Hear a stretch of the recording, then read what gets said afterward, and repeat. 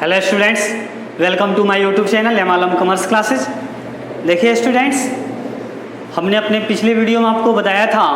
Partnership deed के बारे में, यानी कि पार्टनरशिप डीड क्या होता है या फिर पार्टनरशिप डीड में कौन कौन से कंटेंट्स होते हैं उसके बारे में हमने वहाँ देखा था। ठीक है, अब आज के इस वीडियो में यानी कि पार्टनरशिप का वीडियो नंबर 4 पार्ट 4 में हम पढ़ने जा रहे हैं provision of Indian partnership act 1932।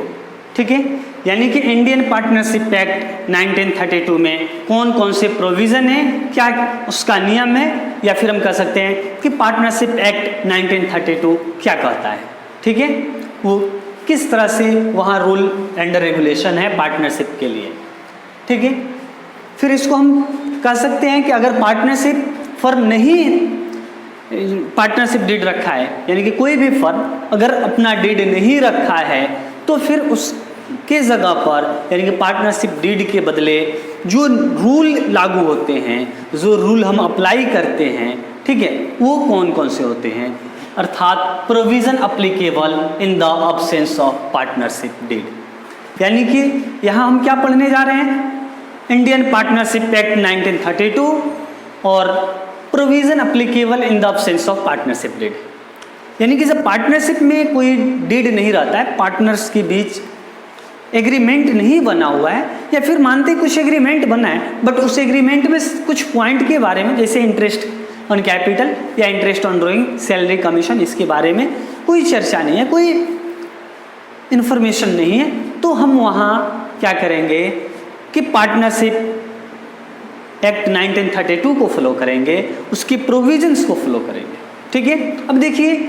Partnership act 1932 क्या होता है, उसके यहाँ कौन कौन से प्रोविजंस हैं, ठीक है, क्या क्या चीज़ें हैं, उसको हम यहाँ देखेंगे। देखिए बाबू,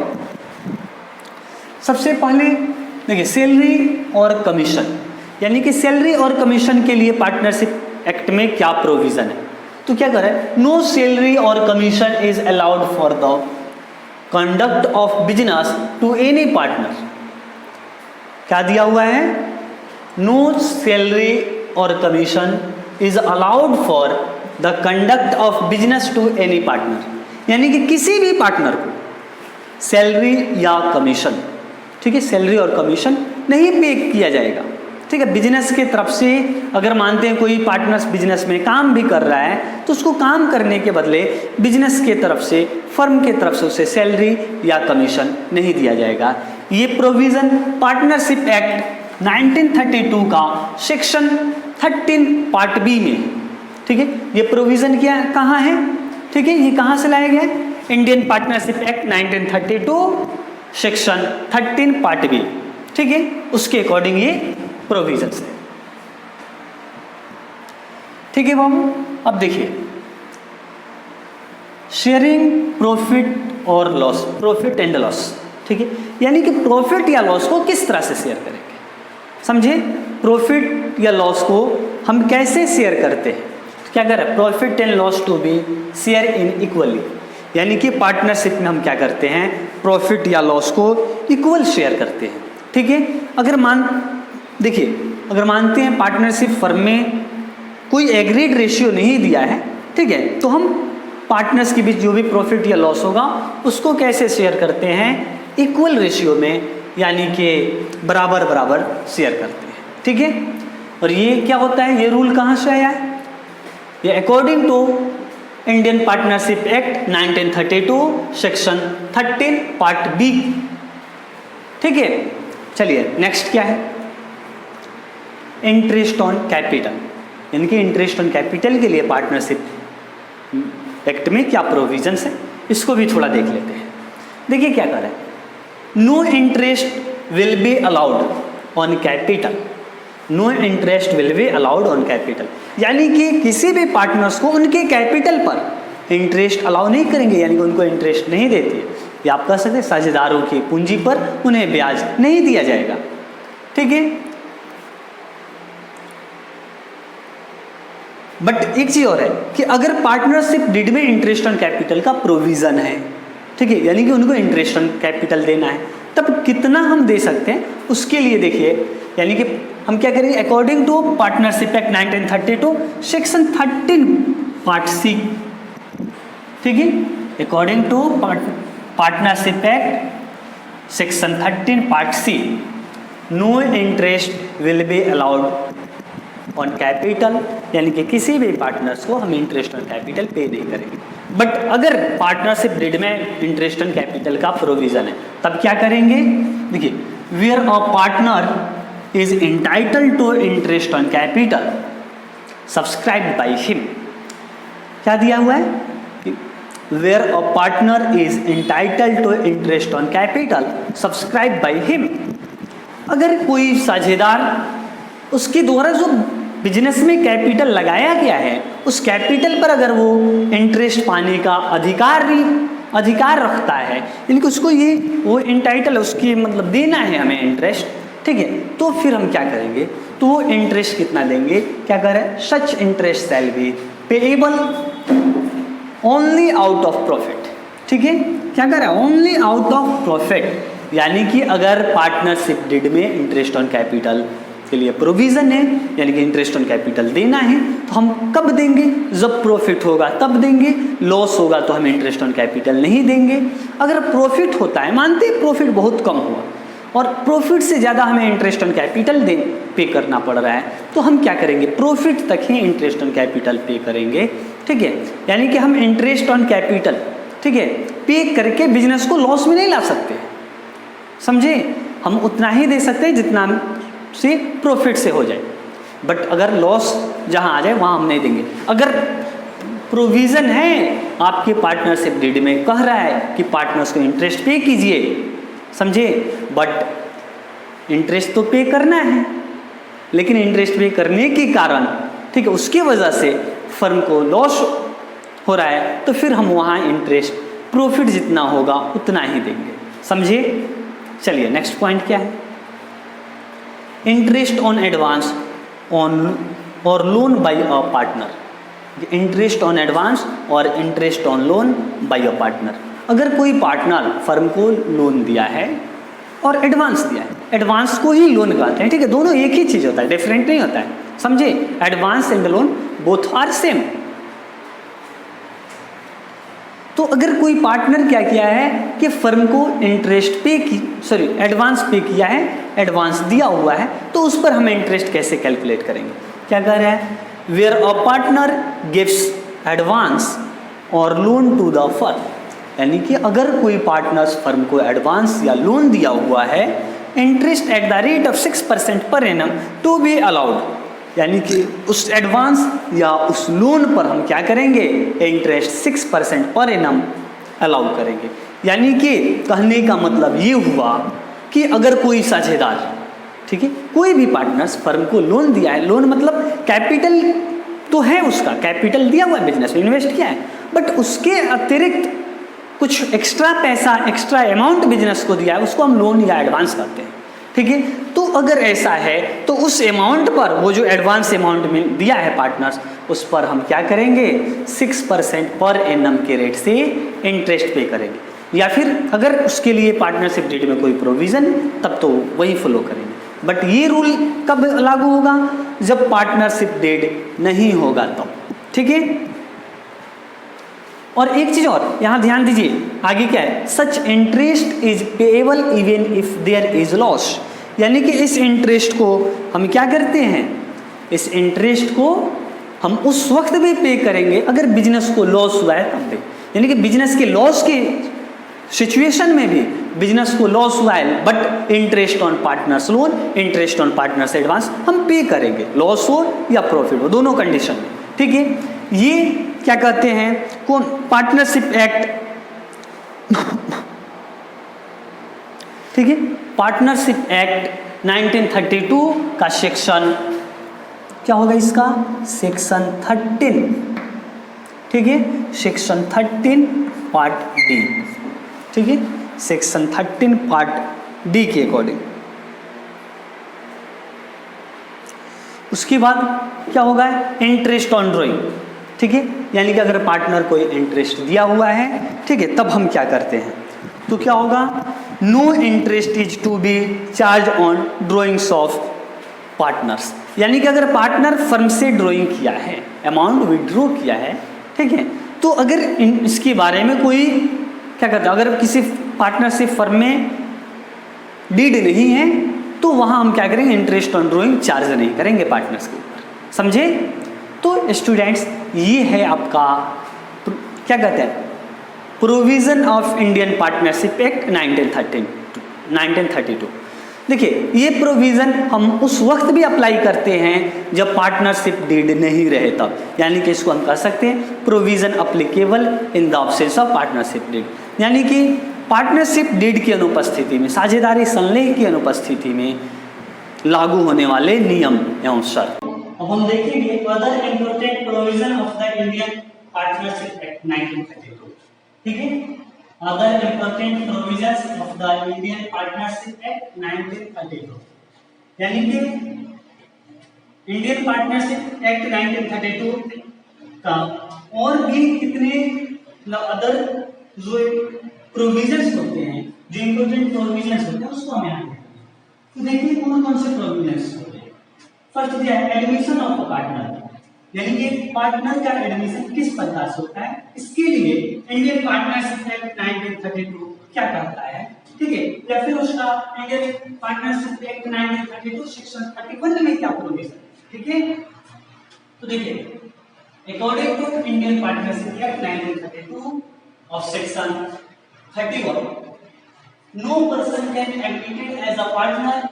into a firm without the consent of all existing partners,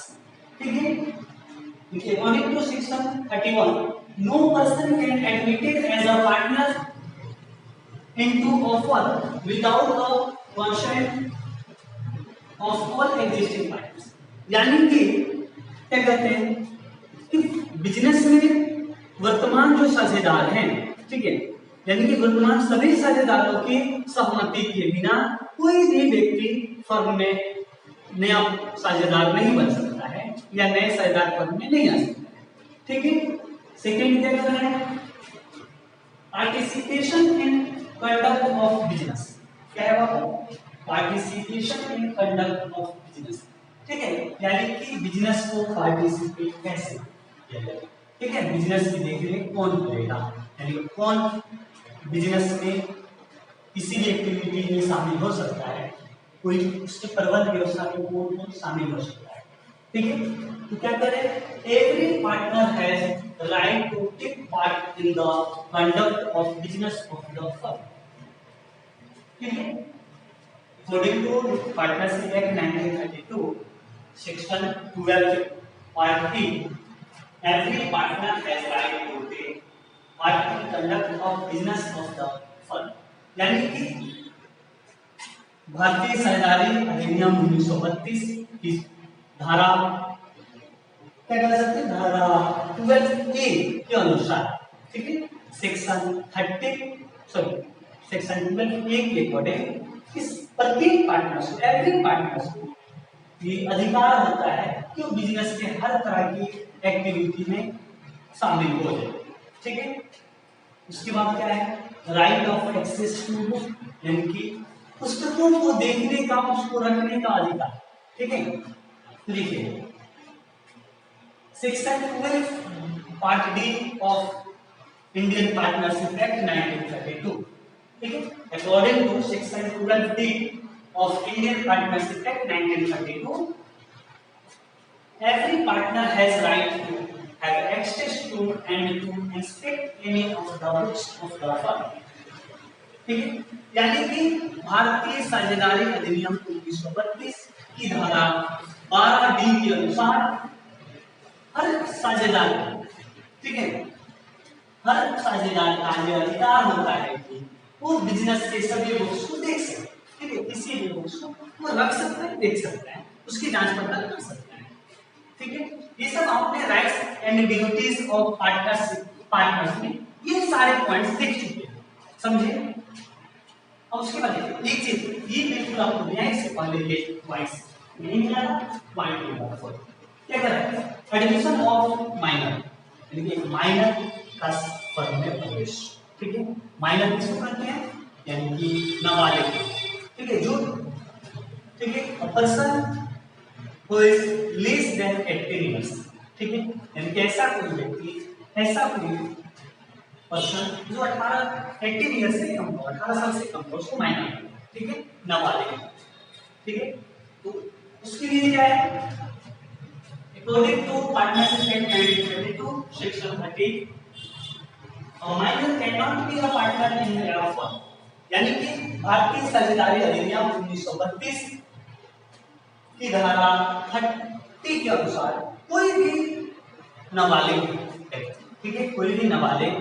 किसी भी फर्म का पार्टनर नहीं बन सकता, किसी फर्म में साझेदार नहीं बन सकता है, ठीक है। बट आगे देखेंगे, but with the consent of all partners, अगर क्या करते हैं, लेकिन अगर सभी पार्टनर, सभी साझेदार फर्म के अगर सहमत हो जाते हैं, उन सभी साझेदारों की सहमति से he may be admitted to benefits of the firm, यानी कि वह फर्म के लाभों में हिस्सा के लिए फर्म का साझेदार बन सकता है। अर्थात कहने का मतलब ये हुआ कि कोई नाबालिग पर्सन, कोई भी माइनर किसी भी पार्टनरशिप फर्म में पार्टनर्स नहीं बन सकता, बट अगर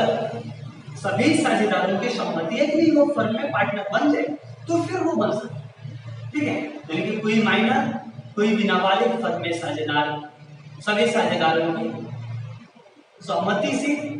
साझेदार बन सकता है, लेकिन वह सिर्फ लाभ में हिस्सा लेगा, प्रॉफिट में अपना शेयर लेगा, अगर बिजनेस को लॉस होती है तो लॉस में अपना शेयर नहीं लेगा, ठीक है। यानी कि लॉस को जब डिस्ट्रीब्यूट करेंगे तो सिर्फ एडल्ट पार्टनर्स में ही डिस्ट्रीब्यूट करेंगे, माइनर जो पार्टनर होगा उसको लॉस में शेयर नहीं लेगा, ठीक है। यानी कि कुल माइनर पार्टनर सिर्फ प्रॉफिट ही लेगा, लॉस शेयर नहीं करेगा, समझे। और अगर फर्म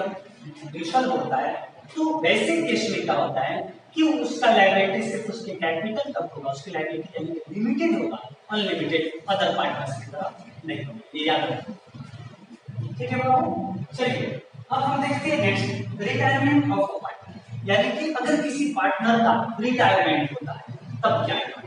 करेंगे, ठीक है। ध्यान दीजिएगा, रिटायरमेंट ऑफ अ पार्टनर क्या कर रहा है, अ पार्टनर में retire from firm either with the consent of all the partners, यानी कि एक पार्टनर फर्म से रिटायर हो सकता है अगर वो सभी साझेदारों की सहमति हो, ठीक है। यानी कह सकते हैं कि कोई भी पार्टनर सभी साझेदारों की सहमति से फर्म से अवकाश ग्रहण कर सकता है, फर्म को छोड़ सकता है, ठीक है।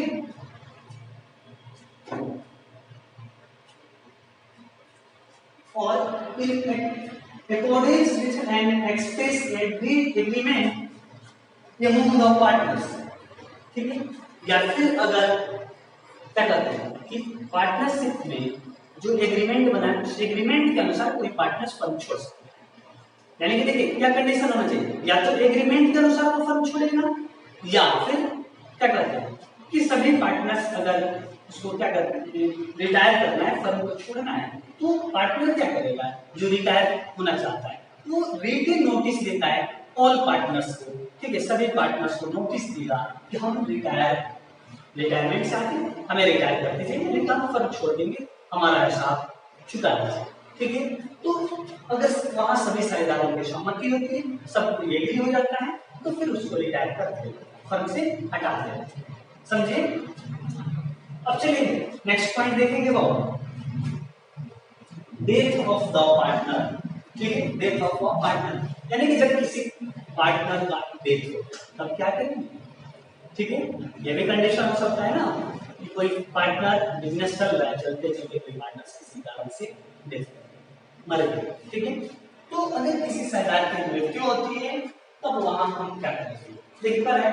Unless otherwise agreement agreed by the partners, यानी कि unless otherwise agreed by the partner, यानी कि अगर साझेदारों के बीच कोई एग्रीमेंट नहीं है, कोई सहमति नहीं है, ठीक है। यानी कि आप कह सकते हैं कि साझेदारों के बीच किसी भी प्रकार की सहमति नहीं होने के बाद, ठीक है, या अगर साझेदारों के बीच किसी तरह की सहमति ना हो तो अगर कोई पार्टनर डेथ करता है तो क्या firm is resolve on the death of a partner. ये देखिए इंडियन पार्टनरशिप एक्ट 1932 क्या करता है कि अगर कोई पार्टनर डेट कर दे फर्म को डिसॉल्व कीजिए, फर्म को बंद कीजिए, खत्म कीजिए, समझे। बट अगर पार्टनरशिप डीड में ऐसा एग्रीमेंट है कि नहीं, अगर कोई डेट कर देता है, किसी भी साझेदार की मृत्यु हो जाती है, तो फर्म को बचे हुए साझेदार रन अप करेंगे, उसको चलाएंगे, ठीक है, तो वो चलेगा, वहां फर्म का डिसोल्यूशन नहीं हो करके रिवैल्यूएशन हो जाएगा या फिर आपका रिकंसिलिएशन है, ठीक है। तो स्टूडेंट्स, ये आपने देखा इस वीडियो में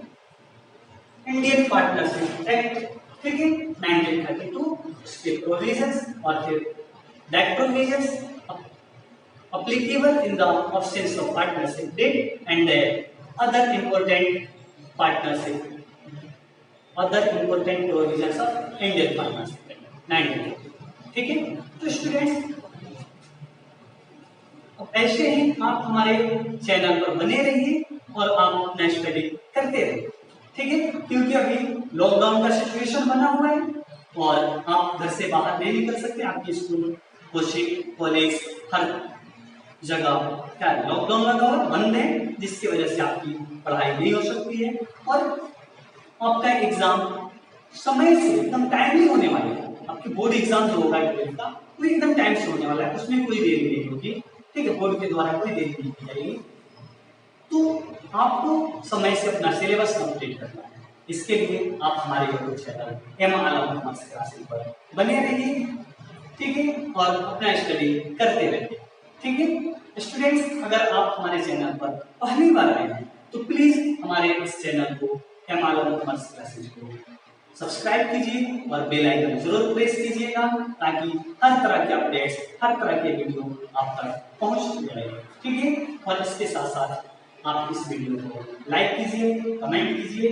एंड अपने दोस्तों के साथ ज्यादा से ज्यादा शेयर करते रहें। Thank you.